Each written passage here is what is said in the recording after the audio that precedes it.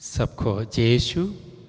यीशु में मेरे भाइयों बहनों, यीशु के बच्चों, हम सारे ध्यान से ईश्वर का वचन सुनेंगे।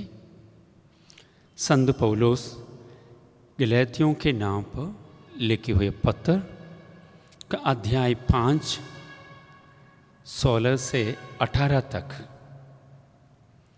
मैं ये कहना चाहता हूँ, आप लोग आत्मा की प्रेरणा के अनुसार चलेंगे तो शरीर की वासनाओं को तृप्त नहीं करेंगे।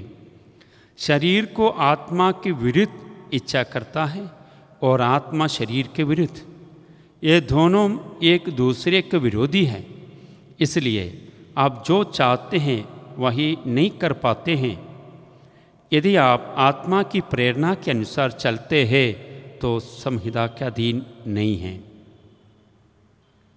इसमें मेरे भाइयों बहनों बच्चों, संत पौलुस आज हमसे कहता है कि हर एक व्यक्ति में दो प्रकार के स्वभाव है, दो प्रकार का। एक है शरीर की वासना, मतलब ह्यूमन नेचर, मनुष्य का जो स्वभाव, मानविक स्वभाव, ह्यूमन नेचर। दूसरा जो है स्पिरिचुअल नेचर, आध्यात्मिक स्वभाव। आत्मा भी हमारे अंदर है, शरीर भी है। हर एक व्यक्ति के अंदर और व्यक्ति में दो प्रकार के स्वभाव है।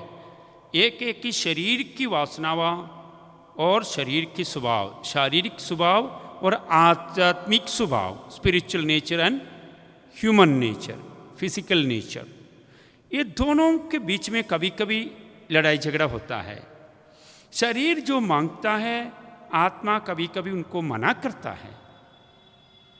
इसलिए ये लड़ाई चलते रहता है। ये संत पौलुस ने कहा। तो इसलिए संत पौलुस ने कहा, आप आत्मा के अगुवाई में चलते रहे तो ईश्वर का पुत्र बनेगा, पुत्री है। आत्मा की शक्ति से, अगुवाई से चलते रहे। मैं आज आपको ये दिखाना चाहूँगा एक प्रार्थना के रूप में कि यीशु के जिंदगी के जरिए हम कैसे हमारा शारीरिक स्वभाव को आध्यात्मिक स्वभाव के रूप में बदला सकता है। आज मेरा संदेश है कि हमारा शारीरिक स्वभाव जो है, शरीर की जो वासनाएं, आध्यात्मिक रूप में, स्पिरिचुअल नेचर में कैसे बदला सकता है।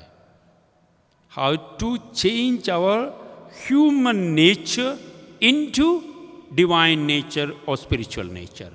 शरीर के स्वभाव को आध्यात्मिक स्वभाव में बदलनी चाहिए। ये कैसे हो सकता है? आज में यीशु की ज़िंदगी से 7 घटनाएं आपको बताएंगे। एक एक घटना कहने के बाद हम छोटी सी प्रार्थना भी करेंगे, ताकि आज केवल ईश्वर का वचन सुनना नहीं, सुनने के साथ साथ हमारी मानसिक स्वभाव को, शारीरिक वासनाओं को हम भी दूर करके आध्यात्मिक कृपा में आगे बढ़े।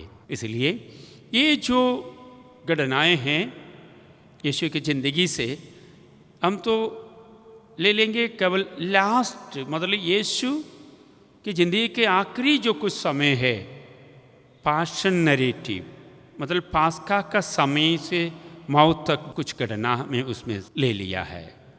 हम देखेंगे कैसा है। पहला हम ले लेंगे पवित्र वचन से संत यूहन्ना का सुसमाचार अध्याय 13 और 1 से 14 तक। इसमें हम देखते हैं कि यीशु अपने शिष्यों का पैर धोता है। पैर धोना, यीशु अपने शिष्यों का पैर धो लेता है। अब याद रखना, आपको पता है पुराने ज़माने में अभी भी, पहले भी ऐसा है, अभी भी हमारे समाज में ऐसा है कि बड़े बड़े लोगों को पैर धोने वाला कौन है? वो तो दास है, छोटे छोटे लोग हैं। खास करके यीशु के ज़माने में ये पास्का मनाने के पहले सारे पैर धोना जरूरी था, हाथ पैर धोना जरूरी था। ये पैर धोने का जो जिम्मेवारी दास गुलाम लोगों का है, दास लोगों का, गुलामियों का है, स्लेव का था। इसलिए यीशु अपने शिष्यों के सामने दास बनकर घमंडी, सब कुछ घमंड दूर करके एक दास के रूप में अपने शिष्यों को पैर धो लिया, पैर धोया है एक दास के रूप में। ये मेरे लिए, आपके लिए एक नमूना होना चाहिए यीशु के रूप में। जब हमारे बीच में कोई लोग आए, हम सारे बड़ा होना चाहता है, मुझे प्रधान बनाओ, मुझे उसका वो बनाओ, मुझे ये अधिकार नहीं मिला, हम सारे बड़े बड़े होना चाहते हैं। एक घर में तो डैडी बोलते हैं कि अब सारे मेरी बात मानो, मम्मी कहते मेरी नहीं मानता, बच्चे सोचते मैं बड़ा हूँ। एक घर में भी हो, सारे बड़े बड़े होना चाहते हैं, कोई भी छोटा होना नहीं चाहते, दूसरों की सेवा करना नहीं चाहते। ऐसे लोग तो है लेकिन ज़्यादातर नहीं है। हम सब के दिल में घमंड है। आज घमंड को ख़त्म करने के लिए प्रार्थना। अब हम सारे अपनी आंखें बंद करें। इस समय ईश्वर का वचन सुनने वाले सारे अपनी आंखें बंद करके ईश्वर से प्रार्थना मांगिए कि ईश्वर की करुणा से, दया से मेरा घमंड दूर हो जाए, मैं दूसरों की सेवा करे, कभी भी मैं दूसरे को दास ना समझे, मैं खुद दास बनकर यीशु के जैसे दूसरों की सेवा करने की वरदान मांगिए। करुणा कीजिए प्रभु जी, करुणा कीजिए, पापी हूँ मैं प्रभु जी, पापी हूँ मैं। सारे मिलकर बोलिए, करुणा कीजिए प्रभु जी, करुणा कीजिए, पापी हूँ मैं प्रभु जी, करुणा भी हूँ मैं।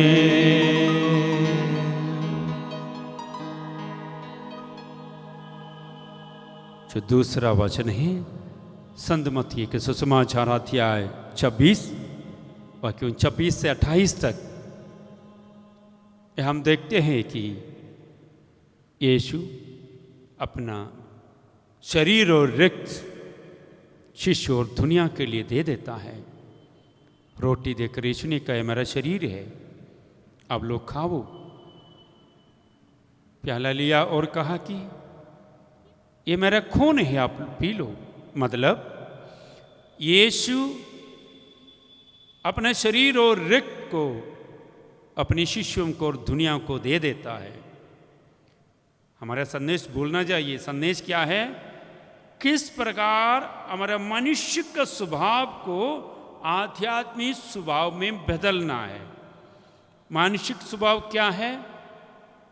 मैं और आप चाहते हैं कि हमारा शरीर को संभाले, हमारा शरीर कमज़ोर ना हो, बीमारी ना हो, बुढ़ा ना हो।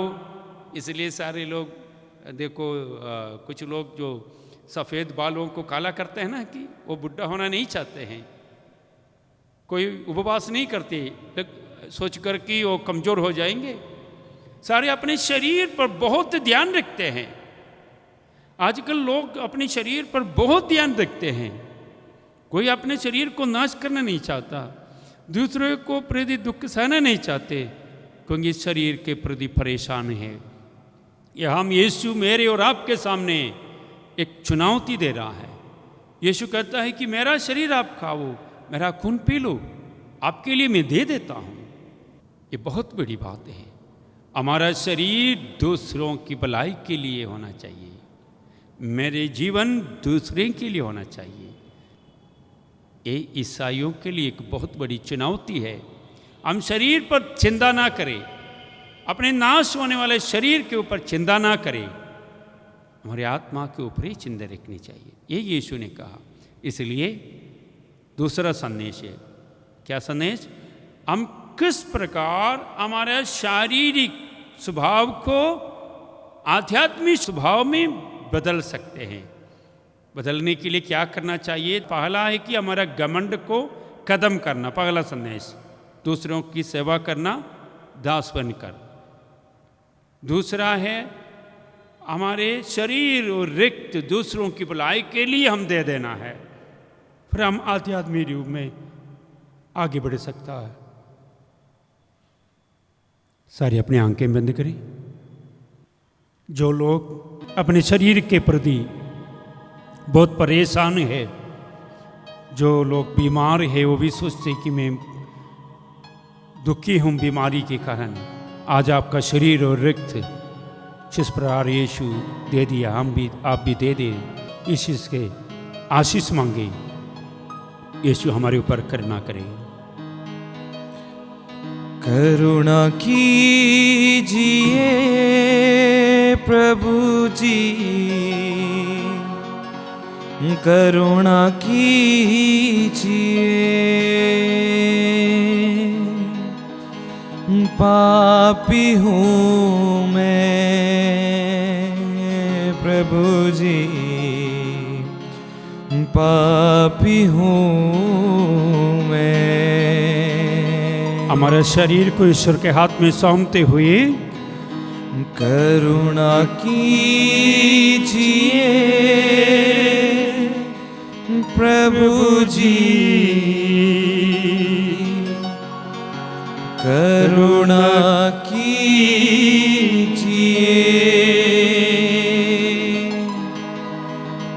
पापी हूँ मैं प्रभु जी, पापी हूँ मैं। जो तीसरा वचन है संत यूहन्ना का सुसमाचार अध्याय 19 वाक्य 19 और 11 और मत्ती के सुसमाचार अध्याय 26 वाक्य 52। यूहन्ना का सुसमाचार अध्याय 19:11 में हम देखते हैं कि राज्यपाल पिलातुस यीशु से कहता है कि मैं चाहे तो आपको छोड़ सकता है, मुक्ति दे सकता है, अब मुझसे कुछ कहो। पिलातुस के पास अधिकार है यीशु को छोड़ने के लिए, लेकिन यीशु वो इनकार करता है, मना करता है। यीशु कहता है कि आपको क्या अधिकार है कि मुझे छोड़ने के लिए? ये मेरे पिता की इच्छा है, वो प्रभु की इच्छा के लिए मैं आया, आपका अधिकार नहीं है। दुनिया के अधिकार को यीशु स्वीकार नहीं करते। दुनिया के अधिकारियों के अधीन रहना नहीं चाहते, उसके अधिकार के अनुसार स्वतंत्र होना नहीं चाहते यीशु। ये मेरा अगला संदेश है। हमारा संदेश किस प्रकार मनुष्य का स्वभाव आध्यात्मिक स्वभाव में बदला सकता है। इसलिए तीसरा संदेश ये कि हम दुनिया के अधिकारियों के अधीन नहीं रहना। अधीन रहना मतलब उनके रक्षा के लिए हम कोशिश नहीं करना, ईश्वर की रक्षा के लिए ईश्वर को सब कुछ सौंप देना है। और देखते हैं कि मत्ती के सुसमाचार अध्याय 26 में कि जब यीशु गत्समनी बाग में जो प्रार्थना कर रहे थे, यीशु को पकड़ने के लिए लोग आ गए तो पेत्रुस तलवार उठाया, एक का कान भी काट दिया।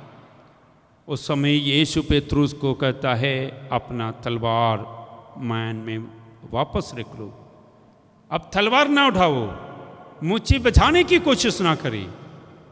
यीशु पेत्रुस और पिलातुस ये दोनों की जो यीशु को बचाना चाहते थे उनकी रक्षा के लिए नहीं है, हम अपनी ईश्वर की ओर देखकर ईश्वर को सौंप दिया है। मेरा संदेश है ये मनुष्य का स्वभाव है। मनुष्य का स्वभाव ये कि हम जल्दी ही दूसरों से मांगते मुझे बचाओ बचाओ, वो बचाने के लिए जब हम खतरे में हों, हमको कुछ प्रॉब्लम आ जाए, हम जल्दी ही पुलिस के पास चला जाते हैं, उसके पास चला जाते हैं, झूठ बोल देते हैं, केस भी करवाते हैं। अब मेरे भाइयों बहनों, आप ध्यान से सुनना, आजकल बहुत चलते हैं हमारे बीच में।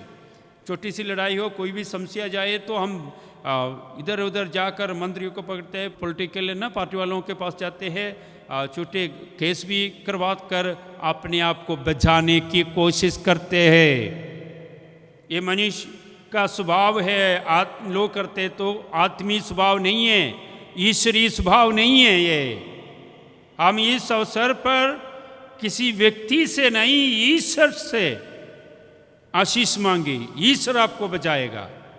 दुनिया नहीं, कोई पुलिस नहीं, अधिकारी नहीं, अदालत नहीं, आपको बचाने वाला प्रभु है, पिता है।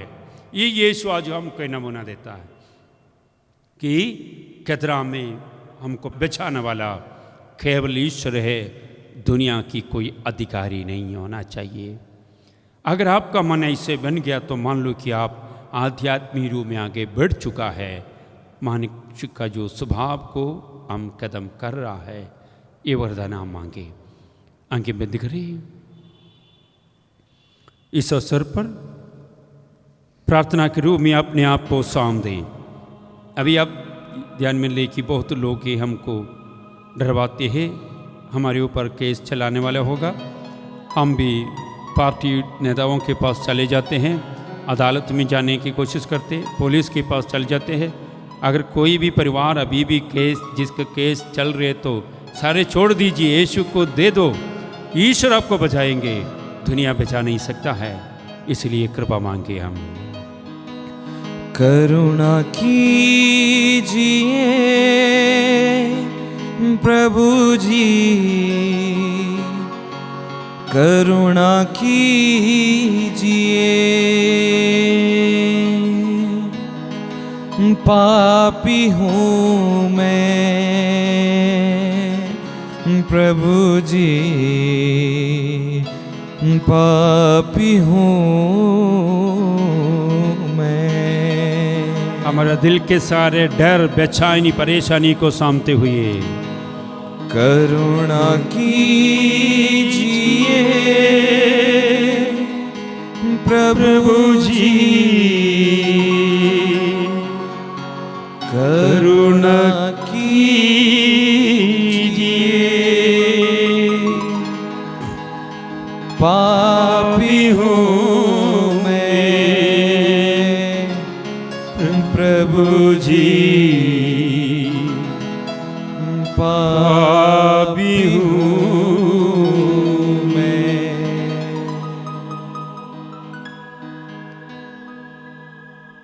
Hallelujah, hallelujah. भाइयों बहनों, याद कीजिएगा, हम ये संदेश पर ध्यान रखते हैं कि किस प्रकार यीशु मनुष्य के स्वभाव को खत्म करके आध्यात्मिक रूप में बढ़ गया। इसी प्रकार हम भी हमारे मनुष्य का स्वभाव, मानसिक विचार को खत्म करके, दुनिया की सोच को खत्म करके आध्यात्मिक रूप में बढ़ते जाए।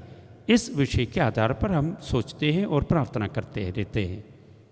जो चौथा उदाहरण है संत मरकुस के सुसमाचार अध्याय 14:36 में बहुत महत्वपूर्ण वचन है यीशु का। जो यीशु गेत्सेमनी बाग में प्रार्थना कर रहे थे, दुख की घड़ी आ चुकी, यीशु ने ये प्रार्थना किया, मेरे पिता, मेरी इच्छा नहीं तेरी इच्छा पूरी हो। क्या है चौथा संदेश? मेरी इच्छा नहीं तेरी इच्छा पूरी हो। ये बहुत बड़ी प्रार्थना है, बहुत शक्तिशाली प्रार्थना है। यीशु ने पहले कहा कि प्रभु अगर हो सकता तो और दुख की प्याला मुझसे दूर करे, हटा दे, लेकिन मेरी इच्छा नहीं तेरी इच्छा, ईश्वर की इच्छा, मेरे पिता की इच्छा पूरी हो। हम सारे मनुष्य, सारे लोग ईश्वर की इच्छा के अनुसार नहीं, हमारी इच्छा के अनुसार चलने वाले हो। हमारी प्रार्थना पूरे दिन हम चर्च में बैठे रहे, प्रार्थना करते रहे, हम ईश्वर को रास्ता बताने वाला है, ईश्वर के रास्ते पर चलने वाला नहीं। ईश्वर को रास्ता दिखाने वाला है। हमारी प्रार्थना ये कि ईश्वर से कहता है, यीशु से कहते हैं कि प्रभु जी मेरी इच्छा पूरी हो। हमारी इच्छा के अनुसार करने के लिए हम ईश्वर के पास जाते हैं और कहते हैं, ज़बरदस्ती से भी जोर लगाता है, यीशु ऐसे ही करो, ऐसे करो, ऐसे करो, क्योंकि हम ईश्वर को, यीशु को रास्ता बता देता है। हम ईश्वर की इच्छा ढूंढते नहीं, चलते नहीं, जानते नहीं हैं। ये हमारी प्रॉब्लम है। इसलिए हम कभी कभी उदास हो जाते हैं, परेशान हो जाता है, कहते हैं कि ईश्वर हमारी प्रार्थना नहीं सुनी। क्यों नहीं सुनी? क्योंकि ये हम ईश्वर की इच्छा नहीं पूछा, ईश्वर के रास्ते पर नहीं, हमारी इच्छा ही प्रार्थना में बता देते हैं। यह गलत है। अगर आप आध्यात्मिक रूप में आगे बढ़ना है, प्रभु के रास्ते में आगे बढ़ना चाहते हो, तो क्या करनी चाहिए? मेरी इच्छा नहीं, आपकी इच्छा नहीं, ईश्वर की इच्छा ढूंढना। प्रार्थना के अंत में अपनी इच्छा तो प्रकट कर सकता है, गलत नहीं, यीशु भी ऐसे प्रकट किया ना। हो सकता है तो दूर करो, कोई बात नहीं, प्रार्थना कीजिएगा, ईश्वर को बोलो कि हो सकता है तो प्रभु ऐसे करो, लेकिन अंत में मेरी इच्छा नहीं, आपकी इच्छा है, आप जो चाहते हैं प्रभु ऐसे हो। मैं एक बात आपसे कहना चाहूँगा कि जो कुछ मनुष्य अपने लिए सोचता है वो उसके नाश के लिए कारण हो सकता है, लेकिन जो ईश्वर हमारे लिए सोचते हैं वो कभी हमारा नाश का कारण नहीं होगा। जो कुछ मनुष्य अपने लिए करता है उससे ही उसका नाश, जो मनुष्य के लिए प्रभु करता है उससे कभी नाश नहीं होता, मनुष्य का भलाई होता है। इसलिए ईश्वर को बोलो कि आपकी इच्छा मेरी जिंदगी में पूरी हो जाए, मेरी इच्छा के अनुसार नहीं, ईश्वर की इच्छा के अनुसार चलने के लिए इस प्रकार मनुष्य के स्वभाव को खत्म करके ईश्वर की कृपा से, ईश्वर के रास्ते से इच्छा पूरी करने की कृपा मांगे। जो गलतियों के लिए माफ़ी मांग कर करुणा मांगे कि इसी समय हम पर करुणा करे कि हम ईश्वर की इच्छा ढूंढ ले, उसके अनुसार चले। करुणा कीजिए प्रभु जी, करुणा कीजिए, पापी हूँ मैं प्रभु जी, पापी हूँ मैं। हमारे सारे योजनाएं यीशु के सामने सौंपते हुए, सारे योजनाएं, इच्छाएं प्रभु को देते हुए कहे, करुणा कीजिए प्रभु जी, करुणा कीजिए,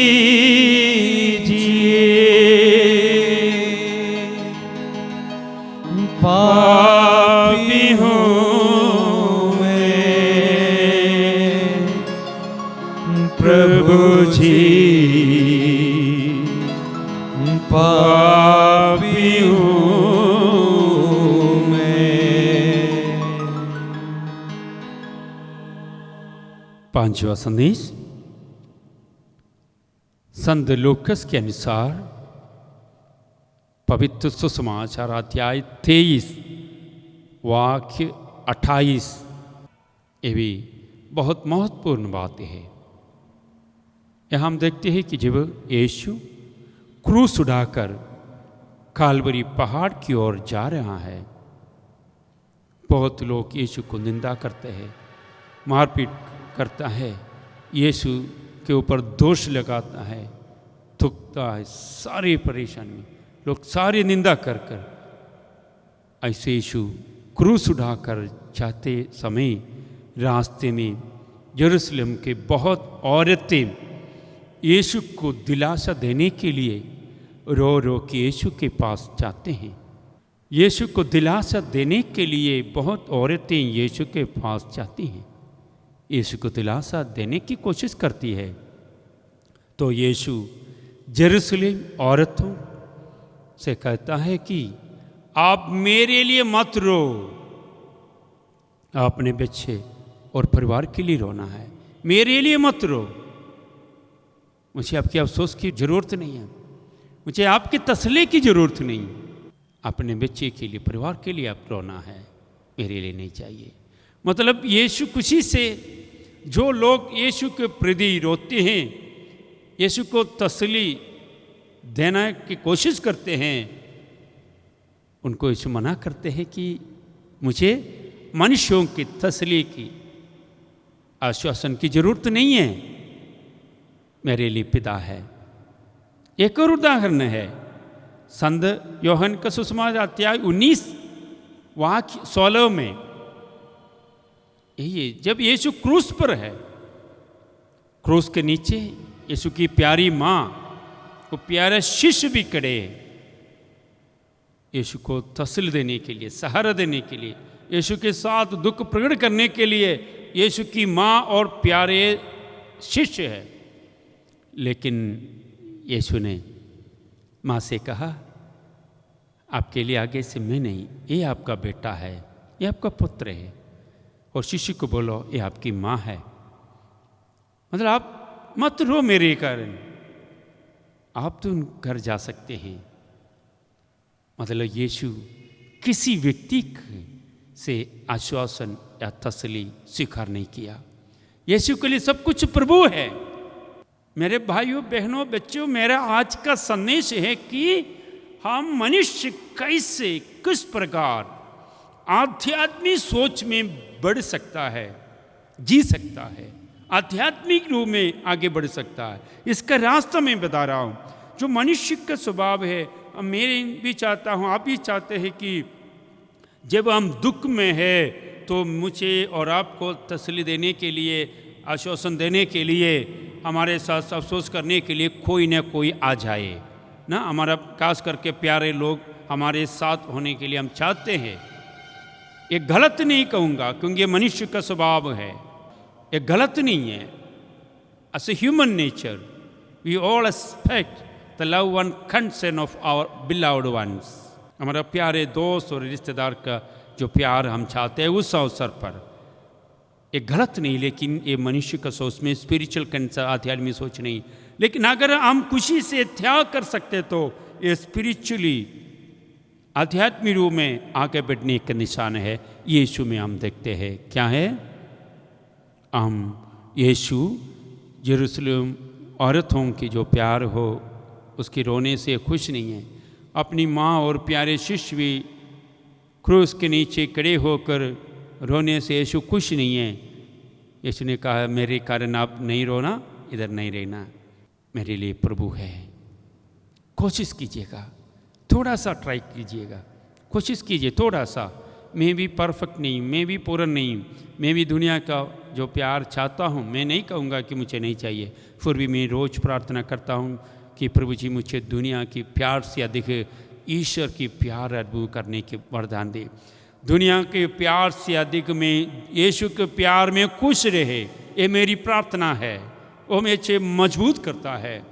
आज ये संदेश ऐसे कि दुनिया की प्यार से अधिक ईश्वर के प्यार अनुभव करने की कोशिश करते रहे, आध्यात्मिक में हम बढ़ सकता है।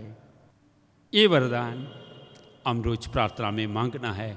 अगर आप आध्यात्मिक रूप में आगे बढ़ने चाहते तो मैं अगला संदेश भी बोलकर हम प्रार्थना करेंगे। जो अगला संदेश है कि संत लूकास का सुसमाचार बहुत महत्वपूर्ण है, बहुत महत्वपूर्ण। क्या है? यीशु क्रूस पर अपने दुश्मनों को माफ़ी देता है। अगला संदेश क्या है? यीशु अपने दुश्मनों को माफ़ी देता है। कहाँ पर? क्रूस पर। ये आम लोगों के लिए असंभव है, आम लोगों के लिए ऐसे करना संभव है। यीशु ने प्रार्थना किया कि ये प्रभु, ये पिता, इनको माफ़ कर, ये नहीं जानते हैं कि ये क्या कर रहा है, इनको माफ़ कर। बहुत बड़ी प्रार्थना है, शक्तिशाली प्रार्थना है, आम लोगों के लिए, दुनिया के लिए संभव है। केवल वो लोग कर सकता है जो पूर्ण रूप में आध्यात्मिक कृपा से भरपूर हो गया है। जो फुल्ली स्पिरिचुअल है, those who have spiritual concept, only they can forgive from their heart. आम लोगों के लिए नहीं होगा।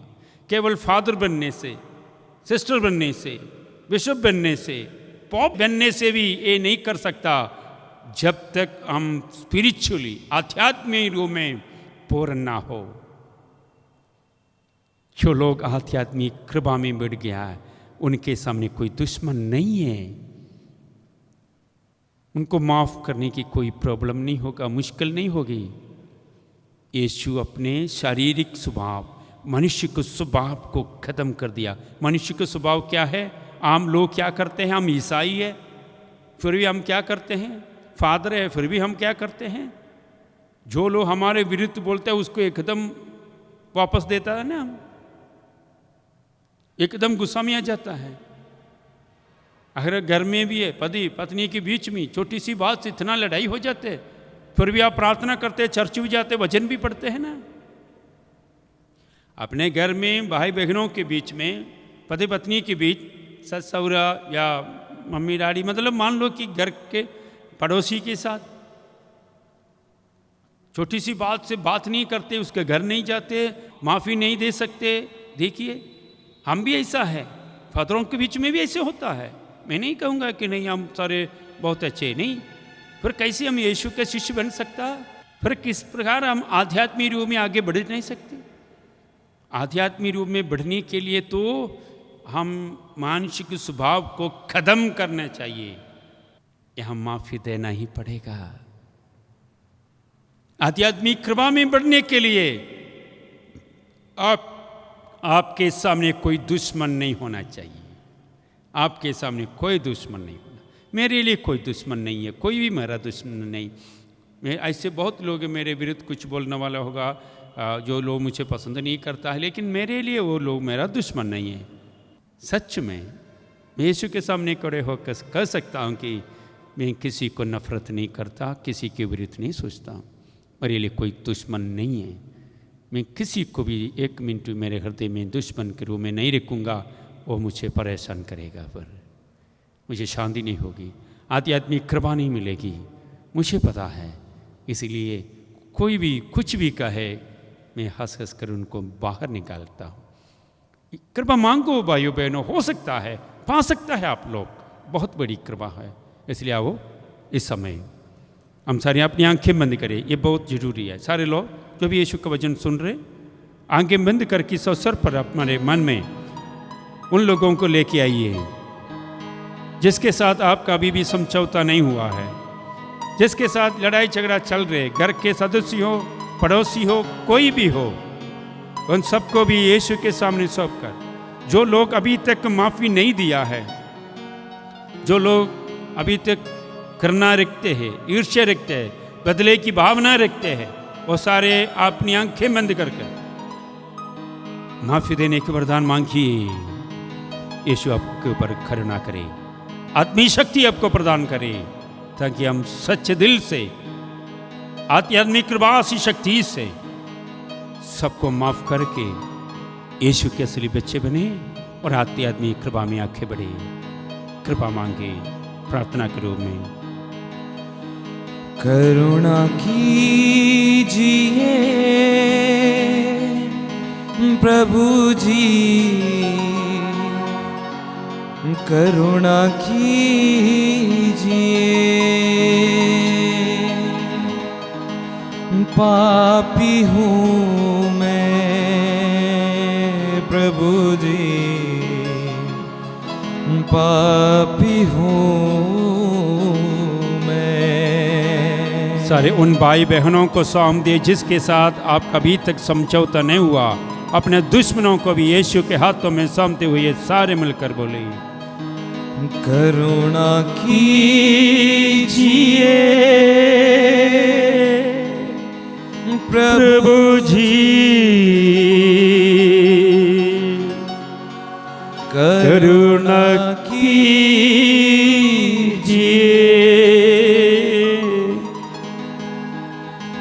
पापी हूँ मैं प्रभु जी पापी हूँ मैं।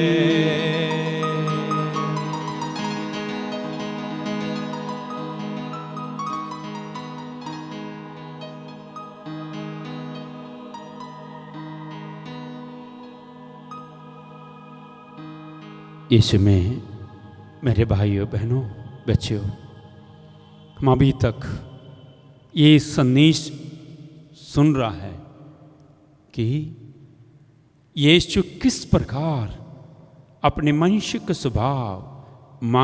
स्वभाव को आध्यात्मिक स्वभाव में बदल दिया है। हम भी यीशु के साथ प्रार्थना के रूप में चलते आ रहे थे। जो आखिरी संदेश है, लास्ट मैसेज, ये संत लूकास का सुसमाचार अध्याय 23-46 वाक्य में हम देखते हैं, यीशु कहता है कि into thy hands I commend my spirit. प्रभु जी, आपके हाथों में मैं अपनी आत्मा को सौंप देता हूँ। वो यीशु के आखिरी वचन है, सलीब पर यीशु का आखिरी वचन है। क्या है? आपके हाथों में मेरे आत्मा को सौंप देता हूँ। अपने पिता के हाथ में अपनी आत्मा को समर्पित कर दिया। अभी यीशु अपना शरीर और रक्त सब कुछ दुनिया के लिए दे दिया है, सब कुछ दुनिया के लिए दे दिया, लेकिन आत्मा को पिता को दे दिया है। हमारा शरीर दुनिया के लिए दे दो, आत्मा को प्रभु के लिए ईश्वर के पास पहुंचाना है। यही है perfect state of divine nature, मतलब आध्यात्मिक रूप में बढ़ने का सबसे पूर्ण रूप है कि एक व्यक्ति अपने आत्मा को पिता के पास पहुंचाए, ईश्वर के पास पहुंचाना। अपने आत्मा को कलंकित ना करे, अशुद्ध ना करे और पिता के पास पहुंचाना है। भाइयों बहनों, मेरे बच्चे हो, विश्वास कीजिएगा, हमारे अंदर जो आत्मा है वो ईश्वर के पास जाना चाहिए, पहुंचना चाहिए। ये हमारा लक्ष्य है, अंतिम उद्देश्य है, लक्ष्य है कि हम एक दिन ईश्वर के पास जाना है। संत यूहन्ना का सुसमाचार अध्याय 14:1-3 तक यीशु कहता है, आपका दिल ना घबराए, मेरे ऊपर, मेरे पिता के ऊपर विश्वास करें। मेरे पिता के घर में आपको रहने वाले के लिए बहुत सी जगह है। मैं जाकर तैयार करूंगा और वापस आऊंगा, और जहां मैं हूं वहां आप भी हो, जहां मैं हूं वहां आप भी हो। ये हमारा फाइनल डेस्टिनी है, लक्ष्य है। जहां हम पहुंचना है, कहाँ पहुंचना है? जहां यीशु रहता है। यीशु के पास जाने के लिए हमारा दिल खुश होना चाहिए। यीशु के पास, ईश्वर के पास पहुंचने के लिए हृदय को, मन को, जिंदगी को हम पवित्र रखनी चाहिए। दुनिया को नहीं देना आपका हृदय, आपका आत्मा को, हृदय को दुनिया को ना दो। शरीर दुनिया ले ले, शरीर को कुछ भी बिगाड़े, लेकिन आपका आत्मा को ना बिगाड़े। अपने पिता को संभाल कर रखना आध्यात्मिक रूप में बढ़ने का ये सबसे महत्वपूर्ण निशान नहीं है कि हमारा हृदय को शुद्ध रखना, पवित्र रखना है। यीशु ने संभाला इससे, इस प्रकार यीशु देखिएगा दुनिया के स्वभाव को जीत पाकर आध्यात्मिक कृपा में, आध्यात्मिक रूप में पूर्ण बन किया है। ये मेरे लिए, आपके लिए संभव है, कोई असंभव की बात नहीं है। जो कुछ मैंने कहा यीशु की जिंदगी से, सब कुछ अगर मैं और आप कोशिश करेंगे तो संभव है, हो सकता है। कैसा है आखिर में? आप तो एक और बार मेरा संदेश याद कीजिएगा।